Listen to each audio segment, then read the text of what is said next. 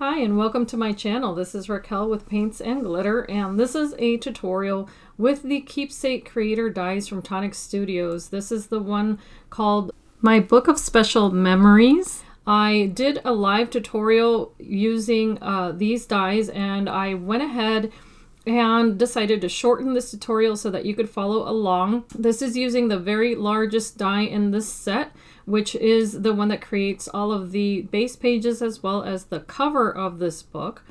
So what I'm showing you here is a sample of what you can create with these dies. They're absolutely beautiful, and they make small albums that measure about 5.5 inches wide. As you can see there, this book here has been created with all of the dies that came in the collection, as well as other dies from my stash.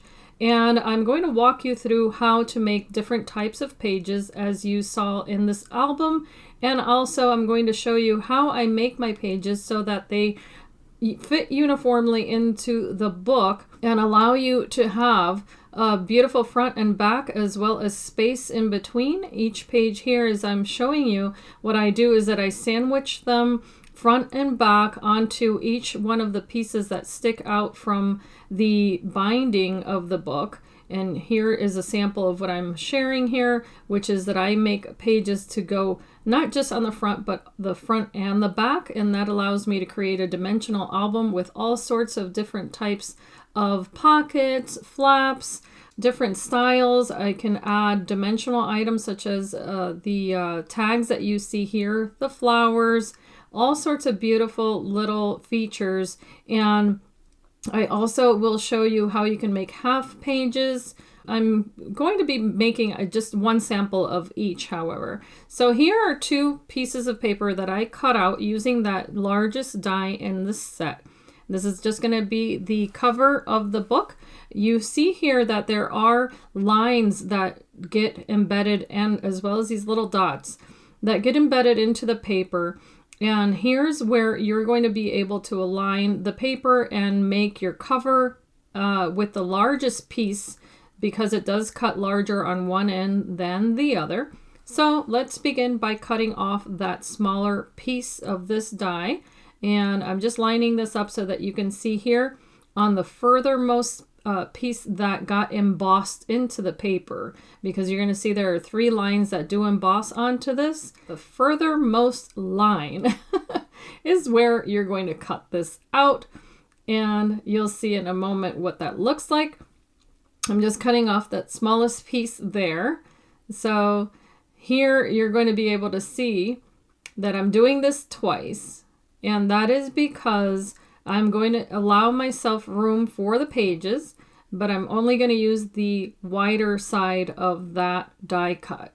And of course, save the smaller pieces, because you will be using those also in this book to make different types of page styles. So what you can do is just cut out as many of these as you wish. What I did was that I started cutting out about, I think it was 4 of these, but you'll see how many you need as we go along. So here are the lines that I was referring to. That width there is going to determine how much room you will have for your pages. And of course, this is all up to you, but there's about a 1-inch gap there. And then this is 5¼ inches tall. So those are measurements that you're going to want to keep in mind as you make a mini album, the height and the width of the spine. Okay, so this is going to determine how wide you make the piece that's going to be the spine of your album. So here I've grabbed a separate piece of cardstock, and what I did was that I cut this down to the height of the mini album, which was 5¼ inches tall. And now I'm determining the width that I will need to allow room for the spine. Now you can cut this out using the next die set from Tonic Studios that is specifically for making the spines of mini albums, and I will link that in the description bar below. But this essentially gives you a valley and a mountain and valley fold where you will stick each one of your pages. And there you see that there are a total of 6. Now, you may want to do this before you stick those pieces together, but I did it after. And what I did was that I just cut it down to the height of my mini album. minus a quarter of an inch. So that way it does fit the height of the mini album, and then I allow myself space on the front and the back so that I have room to adhere that piece of paper onto what will be the front and back of the album. So I'm just applying adhesive here, and you'll see it's pretty self-explanatory. What I want to make sure though is that I leave room for this page to be able to open. So I am allowing room where you see that little notch there. I don't want to overlap that because that's part of the design of the page, of course, and it's also where you're going to need to fold this so that you can open your book. Now here what I did was that I applied the spine onto that background piece, but then I took a ruler and just measured out 1/2 inch from where that spine was adhered, or will be adhered, sorry, so that I can cut this down. And you'll see in a moment how that ends up looking, but you can already see I've already adhered it to one of the covers of the mini album. And so now I'll just cut that down so that way I don't have too much paper. And the order in which you do this isn't truly too important, but the point is that you make it equidistant from one end to the other. So now I can go ahead and place this down, and this is where my spine will go. So it's pretty easy, as you can tell. Just make sure that you leave the same amount of room in the front and the back. So here we are. I'm adhering that background piece that I had cut and placing it onto what will be the back of the mini album.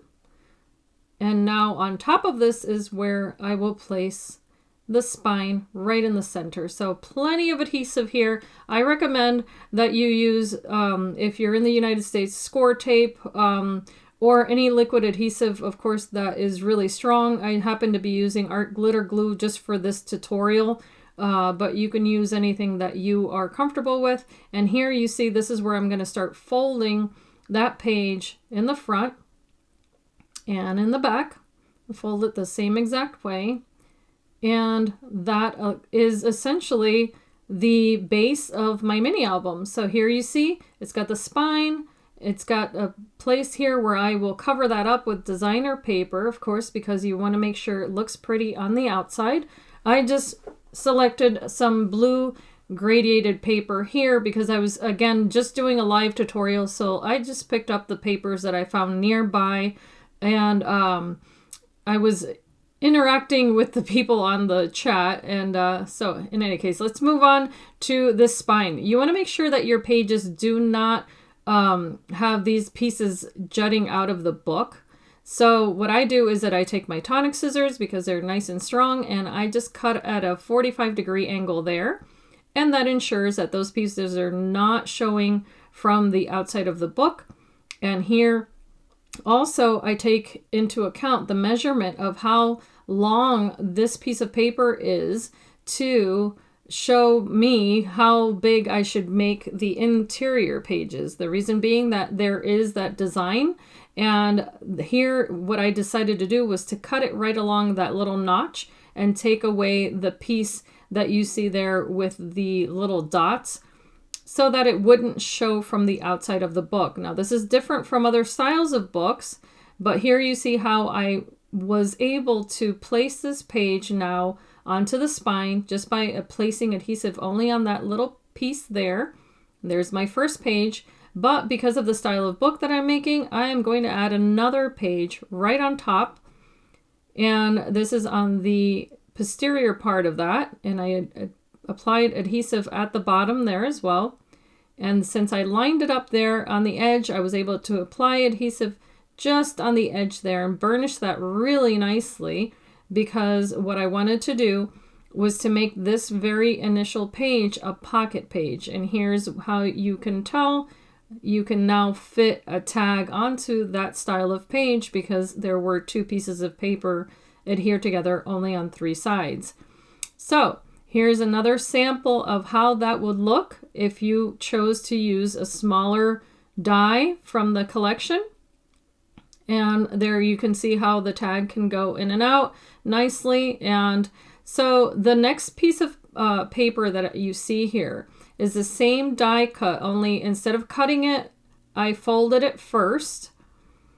And this is going to create my next style of page. I just burnished it, and then after burnishing it, I went ahead and cut it down. And this is, again, to just form a different style of page here. Now you're seeing where I cut it. I'm just going to adhere one piece on top of the other. And this allowed me to then create a different style here where I'm going to have little pockets. Now I'm just adhering this onto the next mountain fold there with some strong adhesive again, burnishing that nicely. And as you can tell, that gave me the front part of that page. And now I'm applying adhesive on the entire surface here and taking a mirror image of what I had just placed onto this book. I am now going to adhere these two pieces together. So you see how there's the longer piece and then the shorter piece right on top, and all I did was to fold those papers together. Okay, so now that I place those two pieces together into my book, I have that longer piece that's adhered together, and that's what allows me to have a pocket that has the shorter pages you see here that I had done like in vellum, and then the longer piece that was just stuck together. Now here's a side pocket, and here's what I'm showing you that you can do with the same pieces that I had just adhered onto the book. And to do that, I would just apply adhesive on the top and bottom of that little flap there. You can also apply magnets here if you'd like to have an opening that is just kind of like a peekaboo page. That's another style of page that you can create. Just make sure you cover that then with your designer paper after you have placed your magnets on each one. For this next page style, what you're going to do is create your base by cutting with the largest die, and then cut a designer piece of paper with the matching die, which is the smaller one. And you do see the stitching on the paper there. Then grab some dies, whichever ones you like out of your stash that have coordinating dies, one larger and another smaller, or stacking dies as they're known. And go ahead and cut a window out of those. And then take another matching piece that matches the largest of the two. And on the page where you cut the little window, you can either put acetate or do what I've done here, which is to grab a piece of tulle, make sure that it's larger than that little window. And I realize it's hard to see, but you can see me cutting the excess here away from there. And that is going to allow for you to have a nice little window on that page, but to make it dimensional for a shaker, we want to cut out that same piece with thick foam. And here you're going to see how I layer this and make sure that, of course, it doesn't peek out of the background. So I'm taking now the larger of those stacking dies, and that is the one that I'm going to use for the window of the foam that I'm cutting. Okay, so I took the larger of those two, placed it on that foam, and now I was able to cut out what's going to be the next little window. And I'm also cutting away the excess of the edges of that foam and adhering it onto the base there where I had that window page. And this will allow me to put this into my book without that foam butting up against that mountain fold, because that's where I'm going to be able to place that page. And then for the background piece that's going to put this all together, I decided to stamp a cute little image here. And I forgot the name of these little girls, but they're really pretty, and she's just sitting in a chair. And then, of course, applying as much adhesive as humanly possible onto that foam so that I can then place that background page, and be sure to place some adhesive also onto that spine so that you can create a shaker page. And I hope that that was self-explanatory, but if you have any questions, of course, reach out to me and I'll be happy to answer them. But here's an example of that. This is one in which I actually cut the page a little bit shorter, but I was able to create that fancy little shaker. Now let's make another one. I folded this piece of paper, and this is the ones that I had mentioned in the beginning, which I mentioned, don't get rid of those. You can fold this piece of paper here, which is the shorter of the two. And that's another way that you can create a pocket. In this case, you can hide that fold that was up next to the spine and just create a nice little flap there, and it hides that little dent in the page, if you will. You can definitely apply another magnet there if you would like to. And also just create a different element in the book. So here I'm taking two of the, let's see here, I think, yes, the larger pages. I cut those down. I'm going to sandwich these into my book, and I'm going to make what's going to be a half page here. So I cut these in half, just one of them, and now I'm taking the larger of the two, the one that I didn't cut in half, obviously, and that's going to be the background. So I'll place that onto my spine, adhere it nicely, and then take one of the other flaps that I had folded here, of the smaller page styles. That's going to be on the front. So I just applied adhesive there, made sure to burnish that also, matching it up with the previous page. And there where you see that I could fold it out, I'm going to place my little pocket. However, I need to cut this down and make sure that it does fit and doesn't compete with that fold. So you see how slight of a cut that was?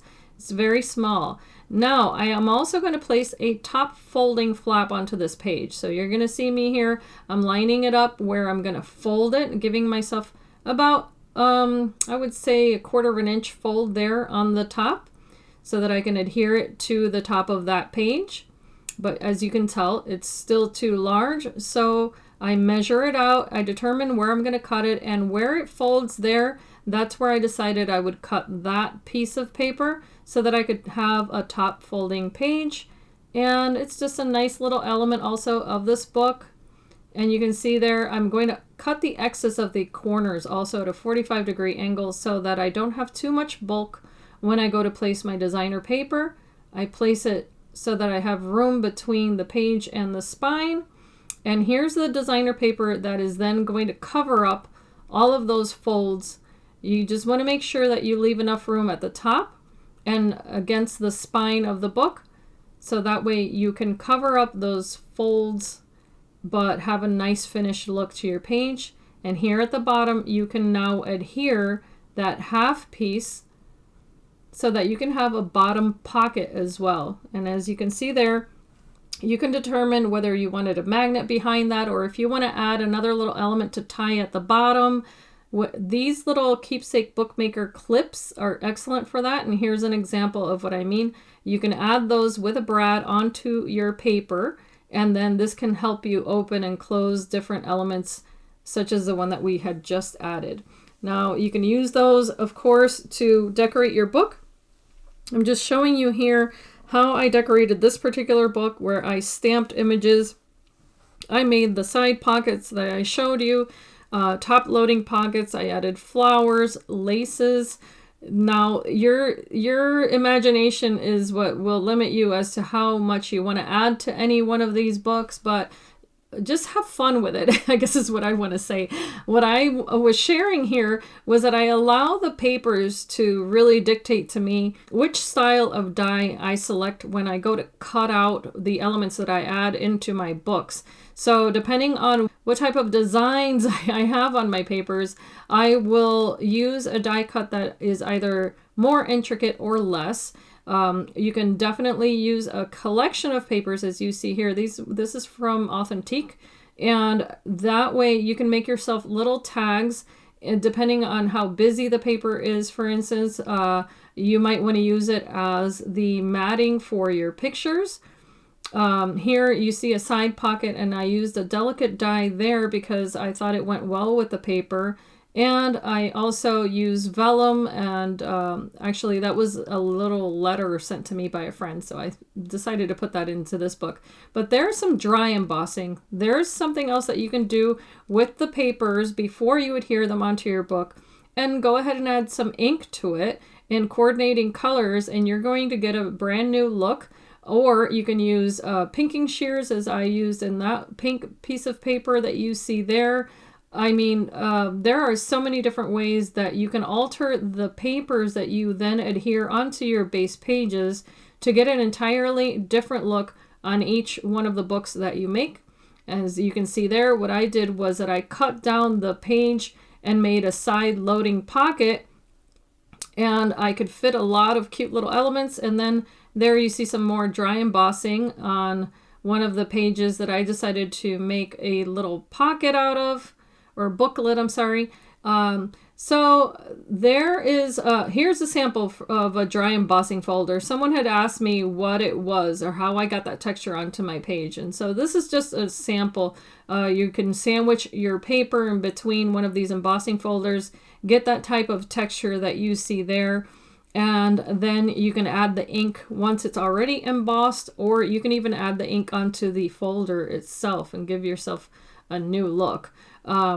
So here's, again, I was just showing the different types of pages that you can make. So using the same dies, these are the other Keepsake collection, mind you. What I did was that I used a different die to cut a scalloped edge onto the pocket, and I was able to make a very tall pocket there without taking away the look of the paper. I also used doilies and different elements to hide magnets.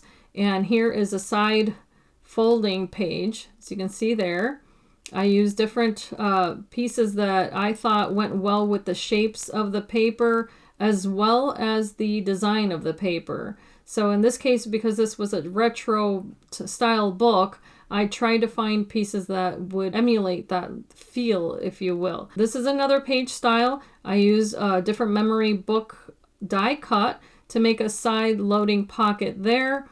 And just incorporated, the dies that I have in my stash to make sure that I could add different elements to this page. In this case, it's very delicate because I thought that would look nicely with the rose theme paper. And here is another one with this cherry pattern paper. Because I thought that was a very strong style of design, I just added the little black dots there to the center of those flowers, which is a different die cut that I used. And I also added the black typewriter, different pieces of ephemera, and I also try to match whatever I do to my page with the ephemera available with the collection. You can use it, as you can see there, as a little tuck spot. Again, different styles of pages where you can add ribbons to close your book. You can add different pieces of ephemera. You can create cards. It all depends on the style of book that you're trying to create. This was a lot of fun to make. I do have a tutorial on this particular book, so it is a 3-part tutorial because this book was far more elaborate. So I was just showing there the similarities of what you can do with them. But again, I hope that this is helpful to you, that you can see these books and gain inspiration. And if you've learned anything with this tutorial, I would appreciate any kind of feedback that you have for me. Leave your comments down below. I hope that you're enjoying the use of these dies. I certainly have, and I've been able to make some beautiful books that I sold. I think I only kept one of them, but I would love to see what you make with the same type of dies, or if you have any ideas, of course. I'd love to learn from others as well. And as I always say, I hope that you can be inspired and be blessed, and thank you so much for watching. Take care.